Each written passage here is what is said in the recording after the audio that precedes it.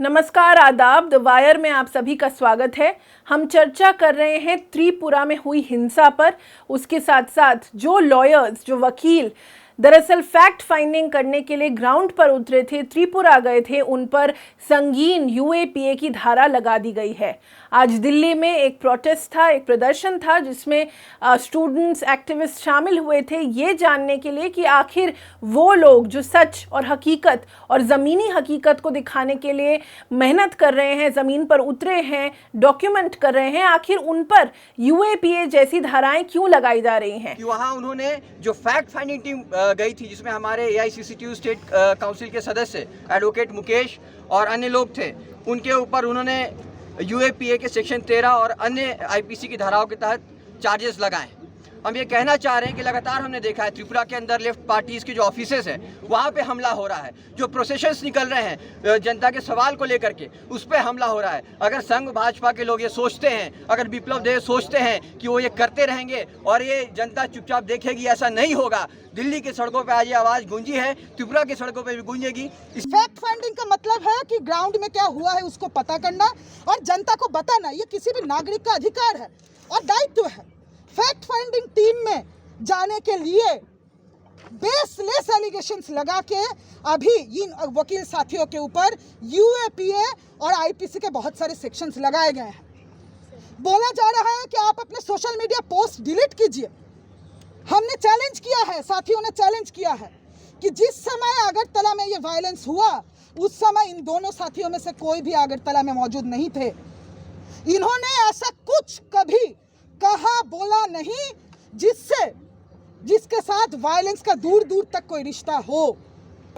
वकीलों के ऊपर हमला है ये बताने के लिए कि आम पब्लिक का इस मुल्क के अंदर क्या हाल होने जा रहा है, ये बात आम पब्लिक समझ ले। ये मैसेज दिया जा रहा है हमें त्रिपुरा सरकार के जरिए से कि हिंदुस्तान की आम पब्लिक बोलने लायक बचनी नहीं चाहिए। ये वकीलों के ऊपर दबाव बना के, ये वो वकील हैं जो मासूमों की लड़ाई कोर्टों में लड़ा करते हैं।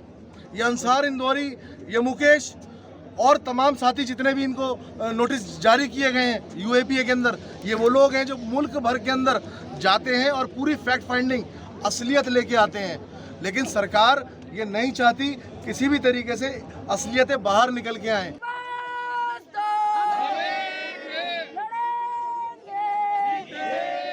जो एफआईआर दर्ज हुआ है, वेस्ट अगरतला पुलिस ने जो एफआईआर दर्ज किया है वो और कुछ नहीं है, वो पॉलिटिकली मोटिवेटेड साइलेंसिंग है। चुप कराने का कोशिश है कि fact finding, BJP rule state में फैक्ट का कोई मतलब नहीं है।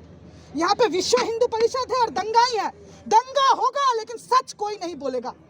ये धमकाते रहेंगे कि कानूनी कार्रवाई करेंगे, कानूनी कार्रवाई करेंगे, लेकिन मुझे आप ये बताइए वहाँ बेगुनाह लोग मर गए, कौन सी कानूनी कार्रवाई इन लोगों ने की? कोई सुनवाई करी इन लोगों ने? बोलिए आप हाँ कि ना। इन लोगों ने कानूनी कार्रवाई करी? नहीं। तो शेम है इन लोगों के ऊपर। ये मत सोचिए कि वहाँ पे आप जो मन चाहे करते रहेंगे, कोई बोलने के लिए नहीं है। त्रिपुरा के अंदर भी अपोजिशन है। त्रिपुरा का जनता आपके खिलाफ लड़ रहा है, जिसके ऊपर लाठी आप चला रहे हैं, जिनके ऑफिसों को आप आग लगा रहे हैं, मूर्तियों को तोड़ रहे हैं। त्रिपुरा के अंदर जनता लड़ रही है, त्रिपुरा के बाहर दिल्ली में, देश के तमाम सारे जगह में लोग देख रहे हैं। हम त्रिपुरा के साथियों के साथ हैं और ये फर्जी मुकदमे आपको वापस लेना होगा। यूएपीए जैसा कानून, उसका लोकतंत्र में कोई जगह नहीं। यूएपीए को वापस लेना होगा। यूएपीए एक ऐसी धारा है जिसे prevention of terrorist activities act, या कि अनलॉफुल एक्टिविटीज़ की जो प्रिवेंशन होती है उसकी ये धारा है। ये टेररिज्म के केसेस में लगती है और बहुत ही संगीन धारा है ये, जो लॉयर्स पर लगा दी गई है। हमारे साथ मौजूद हैं अंसार इंदौरी। अंसार एक लॉयर हैं।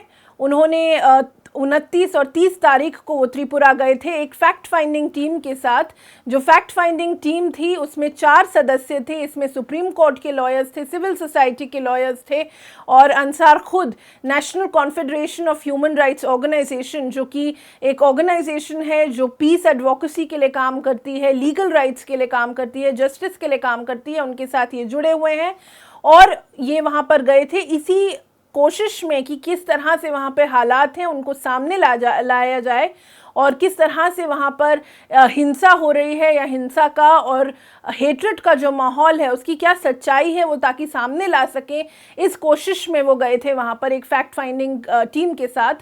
और उन पर ये संगीन धारा जो है वो लगा दी गई है। अंसार, आपका बहुत बहुत शुक्रिया द वायर के साथ जुड़ने के लिए। सबसे पहले मैं यही आपसे पूछना चाहूँगी, इस कॉन्वर्सेशन में जो ज़रूरी सवाल है वो यही है कि एक लॉयर के तौर पे प्रोफेशनल आप कैपेसिटी में वहाँ पर गए थे त्रिपुरा पे, तो आपने क्या देखा वहाँ और किस तरह से आपने अपनी फैक्ट फाइंडिंग टीम को के साथ आपने जो फाइंडिंग्स की हैं उसके बेसिस पे आखिर क्यों आप पर यूएपीए की धारा लगाई गई है? आप इस प्रतिक्रिया को किस तरह से देखते हैं? ये सुमिता, इसमें ये है कि जो सोशल मीडिया में वीडियो आ रही थी, वहां की जो खबरें आ रही थी वहां से, तो ऐसा लग रहा था कि त्रिपुरा जो है पूरा तरीके से जल रहा है। तो हमें बेचैनी हुई, क्योंकि हम ह्यूमन राइट्स के लिए काम करते हैं। तो हम लोगों ने तय किया, कुछ साथी वकीलों ने, कि हम जाएंगे और उसकी सच्चाई को वहां पर जाकर के देखेंगे। तो 30 तारीख और 31 तारीख 2 दिन में जो है हम लोग वहां पर फैक्ट फाइंडिंग की, और 1 तारीख को वहां पर हमने प्रेस कॉन्फ्रेंस की। हमने वहां जाकर के जो देखा, वो जो सरकार बोल रही थी सफेद झूठ के यहाँ कुछ नहीं हुआ है, यहाँ मस्जिदें नहीं जली हैं, यहाँ दुकानें नहीं जली हैं, यहाँ घरों पर आक्रमण नहीं हुए हैं, वो पूरी तरीके से झूठ था। हम खुद गए, हमने हमारी आंखों से देखा, हमने वो चीजें रिकॉर्ड की, हमने लोगों के बयान लिए, और इन सारी चीजों को सम्मिलित करते हुए हमने एक रिपोर्ट रेडी की। उस फेक फंडिंग रिपोर्ट को हमने दिल्ली में रिलीज किया। ये रिपोर्ट हमने 2 तारीख को रिलीज की, और 3 तारीख को जो है हमको नोटिस मिला है। उसके बाद से हम लोग खुद शौक हैं कि ये किस तरीके से हो गया। हम तो वहां पर इसको लोकतंत्र को बचाने के लिए गए थे, संवैधानिक अधिकारों की रक्षा के लिए जो है लोगों की वहां पर गए थे, जो कानून है उसका राज कैसे होता है उसको देखने के लिए हम गए थे। तो जो कानूनी प्रक्रिया होती है उसको अपनाते हुए हम लोगों ने ये पूरी फैक्ट फाइंडिंग की थी। लेकिन उसके बावजूद भी हमारे ऊपर ये इल्जाम लगा दिया गया है कि आपने वहां पर गैर कानूनी गतिविधियां की हैं। तो हम लोग इसको समझना चाह रहे हैं कि वो गैर कानूनी गतिविधियां क्या है। हमें लगता है कि सरकार जिन चीजों को छुपाना चाह रही थी, हमने उन चीजों को दिखाया है, तो सरकार ने फ्रस्ट्रेशन में आकर के ये केस हमारे ऊपर लगा दिया है।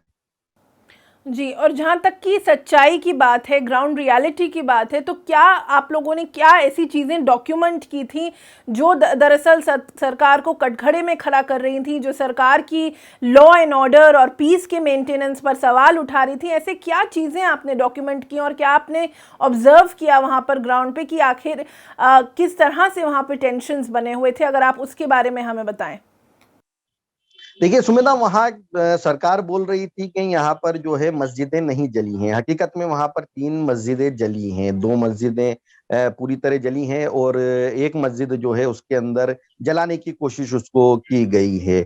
इसके अलावा वहां पर 12 दुकानें जो है उनको टारगेट किया गया है। इसमें से 11 दुकानें जलाने की कोशिश की है, कुछ दुकानें पूरी तरह जली हैं, कुछ कम जली हैं। 3 घर जो है हम लोगों को वहां ऐसे मिले जहां पर मॉब ने अटैक किया है और घर में तोड़फोड़ की है, और एक महिला जो है उस महिला के घर में घुस गए हैं वो, और उस महिला के जो है कंगन और उसकी बेटी के कान के झुमके जो है वो दंगाई लूट करके ले गए। ये फैक्ट है जो हमने वहां पर देखा। इसके अलावा एक फैक्ट बड़ी जो चीज थी कि जो पीड़ित लोग थे उन लोगों की पुलिस ने एफआईआर दर्ज नहीं की, उनसे कंप्लेन लेकर के रख ली है, उनकी एफआईआर दर्ज, हमारे आने तक कोई एफआईआर वहां पर दर्ज नहीं हुई थी। तो जो फैक्ट है वो हम लोगों ने, सरकार जो बोल रही थी कुछ नहीं हुआ, हमने बताया ये हुआ है, इसकी तादाद इतनी है, इसकी संख्या इतनी।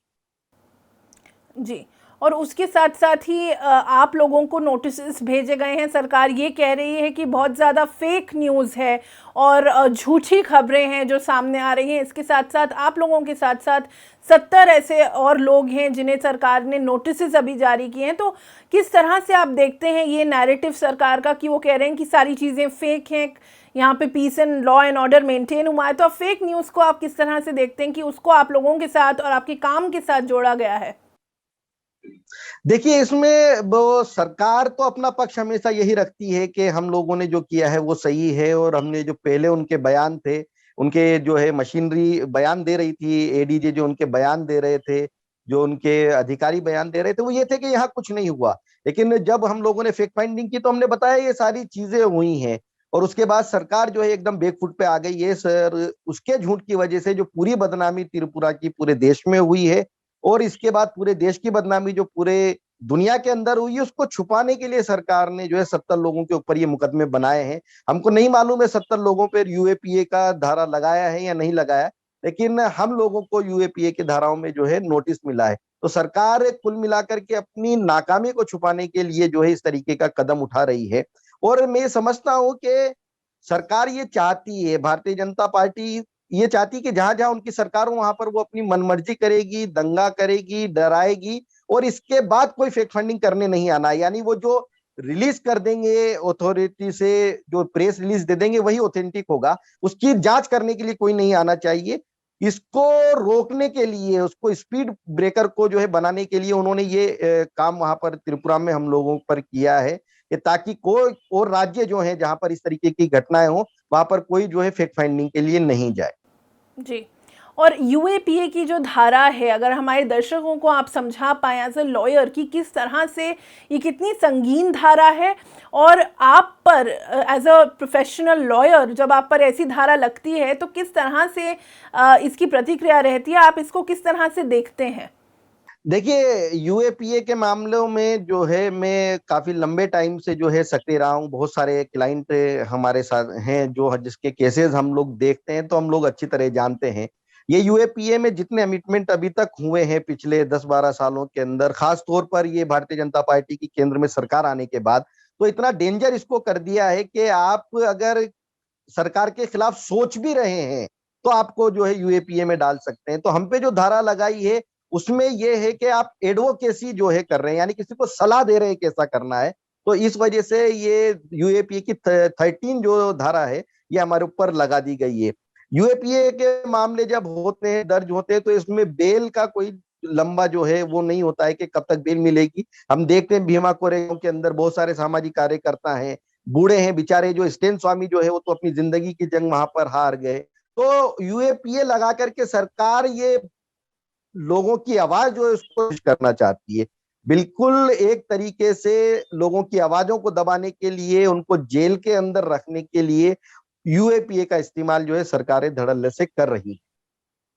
जी अंसर, आखिरी सवाल मैं आपसे पूछना चाहूँगी कि आगे का रास्ता आप लोगों के लिए क्या है, और आप किस तरह से खुद को देखते हैं इस पोजीशन में, जहां इस देश में, जैसा कि आपने कहा कि इस धारा का इस्तेमाल लगातार हो रहा है, उन लोगों के खिलाफ हो रहा है जो सवाल उठाते हैं सरकार से, ये धारा लगातार आपने जैसा कहा कि लोगों के खिलाफ इस्तेमाल की जा रही है, तो आप अपने आप को अब इस प्रतिक्रिया में कैसे देखते हैं और आगे का रास्ता आपके लिए क्या है?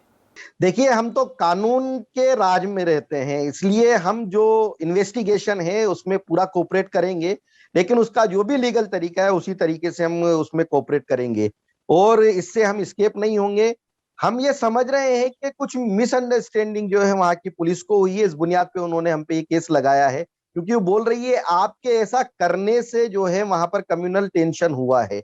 असल में जब टेंशन खत्म हो गया तब हम पहुंचे हैं त्रिपुरा, हमारे पहुंचने की तारीख 30 है त्रिपुरा के अंदर, लेकिन उससे पहले वॉयलेंस खत्म हो चुके थे वहां पर, वो लोग के प्रशासन का बयान है या शांति हो चुकी है। तो ये जो चीज वो बता रही है कि आपके आने के बाद ये ऐसा हुआ है, तो एक कुछ कंफ्यूजन हमें लग रहा है कि वहां की पुलिस को हुआ है, इस बुनियाद पे उन्होंने मुकदमा दर्ज किया है। तो हम जो इन्वेस्टिगेशन है उसमें पूरी तरीके से पार्टिसिपेट करेंगे, कोऑपरेट करेंगे उसके अंदर, लेकिन जो कानूनी तरीका है उसी तरीके से हम उसमें जो है कोऑपरेट कर पाएंगे। जी अंसर, आपका हमारे साथ जुड़ने के लिए, ये सारी चीज़ें हमारे सामने रखने के लिए और स्पष्ट करने के लिए बहुत बहुत शुक्रिया। दर्शकों से हम धन्यवाद लेना चाहेंगे। वायर देखने के लिए आपका बहुत बहुत शुक्रिया। द वायर के और वीडियोस देखने के लिए सब्सक्राइब करें और बेल आइकन पर क्लिक करें।